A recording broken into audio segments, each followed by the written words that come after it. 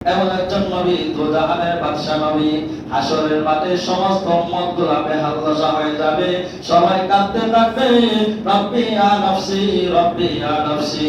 আদম আলাইহিস সালাতু ওয়াস সালাম তার সন্তানদেরকে দেখবে, তখন বলবে না, ও আল্লাহ আমার সন্তানদেরকে আমার সাথে দাও। আদম বলবে রব্বি ইয়া নফসি, ইয়া নফসি। নূহ আলাইহিস সালাতু ওয়াস সালাম তার সন্তানদেরকে দেখবে, তখন তিনি বলবে না, ও আল্লাহ আমার সন্তানদেরকে দাও। তিনি বলবে রব্বি ইয়া নফসি, ইয়া নফসি। মুসা আলাইহিস সালাতু ওয়াস সালাম ওনার কলিজার টুকরা মাকে এবং বোনকে দেখবে, তখন বলবে না, ও আল্লাহ আমার বোনকে দাও, আমার মাকে দাও। রব্বি ইয়া নফসি, ইয়া নফসি। সমস্ত পয়গম্বররা তখন বলবে, আল্লাহ আমাকে বাঁচাও, আমাকে বাঁচাও।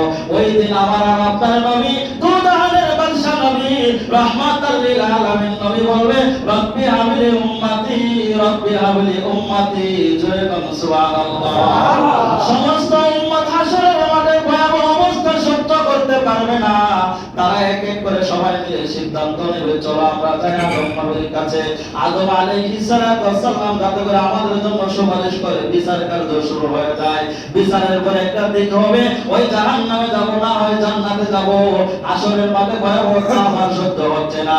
সমস্ত উম্মত মিলে বলবে, ও আমাদের আদি পিতা আদম, আপনাকে তো আল্লাহ তাআলা পছন্দ করে নিজ হাতে বানিয়েছে, আপনি একটু আল্লাহর কাছে সুপারিশ করে বলে দেন যাতে বিচার কার্য শুরু করে দেয়।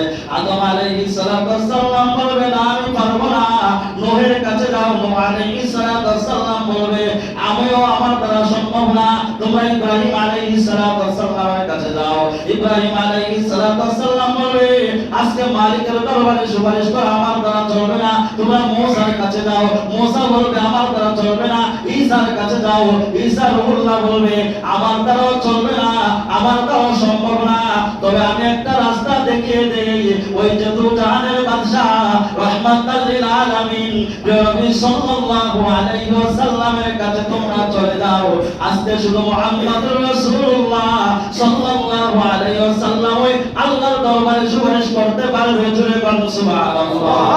সমস্ত উম্মত তখন নবী সাল্লাল্লাহু আলাইহি ওয়াসাল্লামের কাছে যাবে। ওই দুজাহানের বাদশা নবী রাহমাতাল লিল আলামিন নবী, আজকে যদি আপনি সুপারিশ করেন তাহলে বিচার কার্য শুরু হয়ে যাবে। আমার নবী বলে, তোমরা অপেক্ষা করো, আমি যাই। আমার নবী দুজাহানের বাদশা নবী মাকামে মাহমুদের মধ্যে সাজদায় পড়ে যাবে। জোরে বলুন সুবহানাল্লাহ। সাজদায় পড়ে কাঁদতে থাকবে, রব্বি হাবলি উম্মতি। আমার রবের প্রশংসা করবে, চোখের পানি ছাড়বে আর কাঁদবে। আমার আল্লাহ তাআলা তখন ডাকতে বলবে, ইরফা রাসাকা ইয়া হাবিবি। ও আমার হাবিব, ও আমার দোস্ত, দুনিয়ার জমিনে তায়েফের জমিনে কম কান্না করেন নাই। মক্কার মুশরিকরা আপনাকে তাড়িয়ে দিয়েছে, হিজরত করে মদিনায় যেতে হয়েছে। হাবিব আমার দোস্ত, আমার উহুদের ময়দানে দমদম শহীদ করেছেন, মাথার লোহার টুপি ভেঙে আপনার মাথা মোবারকে প্রবেশ করেছে। দোস্ত আমার, হাবিব আমার, আজকে আর কান্নার দিন না, আজকে আর আপনি কাঁদবেন না। ইরফা রাসাক ওয়ালা সাউফা ইউতিকা রাব্বুকা ফাতারদা। আমি আল্লাহ আপনাকে ওয়াদা দিয়েছি, আপনি যত পরিমাণ চাইবেন আমি আল্লাহ আপনাকে খুশি না করা পর্যন্ত বন্ধ করব না। আমি আমার দোস্ত আমার, আপনি মাথা উঠান, আপনি যা চান আমি আল্লাহ আপনাকে দিব। জোরে বলুন সুবহানাল্লাহ।